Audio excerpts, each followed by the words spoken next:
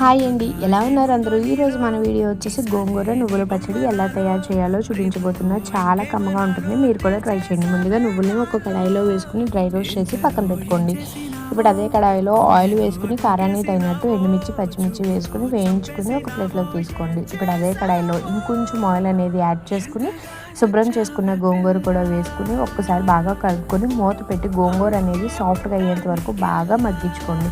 గోంగూర కొంచెం సాఫ్ట్గా మగ్గిన తర్వాత స్టవ్ ఆఫ్ చేసి చల్లారబెట్టుకోండి. గోంగూర చల్లారేలోపు ఒక మిక్సీ జార్ తీసుకుని అందులో మనం ముందుగా వేయించి పెట్టుకున్న నువ్వుల్ని వేసుకుని మెత్తగా పౌడర్ చేసుకుని ఒక ప్లేట్లోకి తీసుకుని అదే మిక్సీ జార్లో వేయించి పెట్టుకున్న ఎండుమిర్చి పచ్చిమిర్చి మీ రుచి తగినంత ఉప్పు వేసి కోర్సుగా బ్లెండ్ చేసుకున్న తర్వాత నువ్వుల పౌడర్ కూడా వేసుకుని ఇందులో కొంచెం చింతపండు పులుసు అలాగే మగ్గించుకున్న గోంగూర కూడా వేసుకుని కొంచెం కోర్సుగా బ్లెండ్ చేసుకోండి.